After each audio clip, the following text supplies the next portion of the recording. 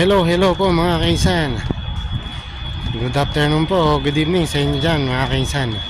Ayan, nandito na naman po tayo sa ating pong favorite spot, sa ating pong nilalakaran dito. Dito po sa may tennis court. Yan po yung ating nilalakaran. Habang nag-aantay po na naman po yung kainsan nyo sa ating pong amo. Ayan po yung ating ginagawa.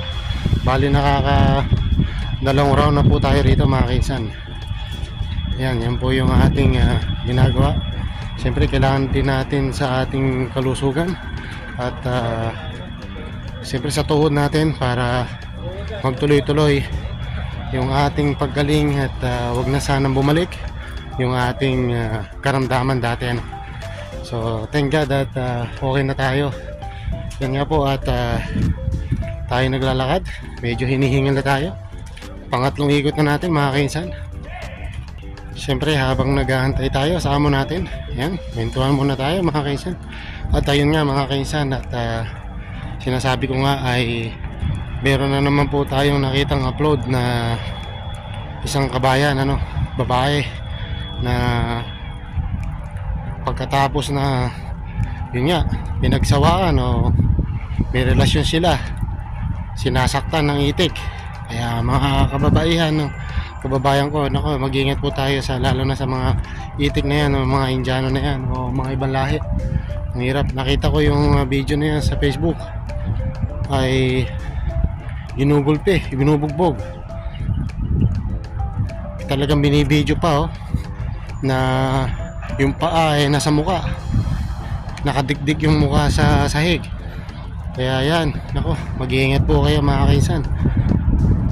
Okay pa rin sana Pinoy, hindi naman po masyadong violente ang Pinoy pag jowa nyo lang.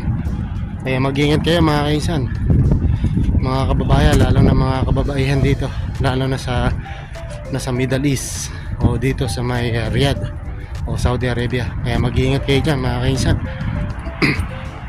Ang dami po talagang nangyayari dito Tapos ayun nga mga kainsan, mag-ingat din po tayo sa mga kapwa din natin Pinoy na akala mo tunay na kaibigan, yung pala yuhulog ka para ng pagkakapirahan, lalo na kung meron kayong nagagawang illegal o mga transaksyon na ganyan.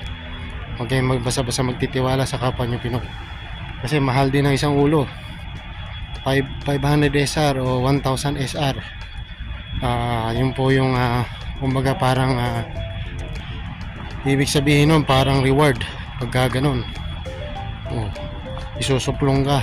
Kaya may hirap din magtiwala sa kapwa Pinoy, pero lalo na siyempre sa ibang lahi. Kaya yun nga mga kabayan, mag-iingat din po kayo dyan, lalo na nasa ibang bansa kayo, sa buong Middle East o kahit man saan sulok man na ibang bansa mag-iingat po rin kayo. At mahirap magtiwala ngayon sa panahon ngayon.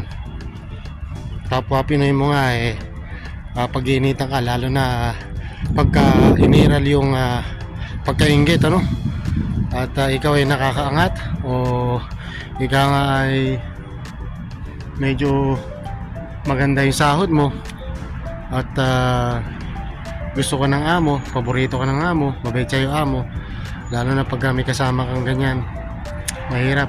Hindi talaga maiwasan talaga yung mga ganyang inggitan, lalong-lalo na sa amo Kaya mag-ingat kayo mga kainsan, lalo na sa kapwa Pinoy. Pwede kang makisama pero ang sabi nga ay may limitasyon. Hindi po pwede yung lahat ng sikreto mo ay alam niya, ganoon. Basta may limitasyon.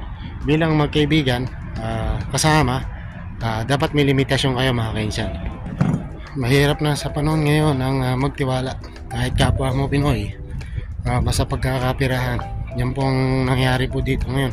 Ang dami pong mga ganyang sitwasyon.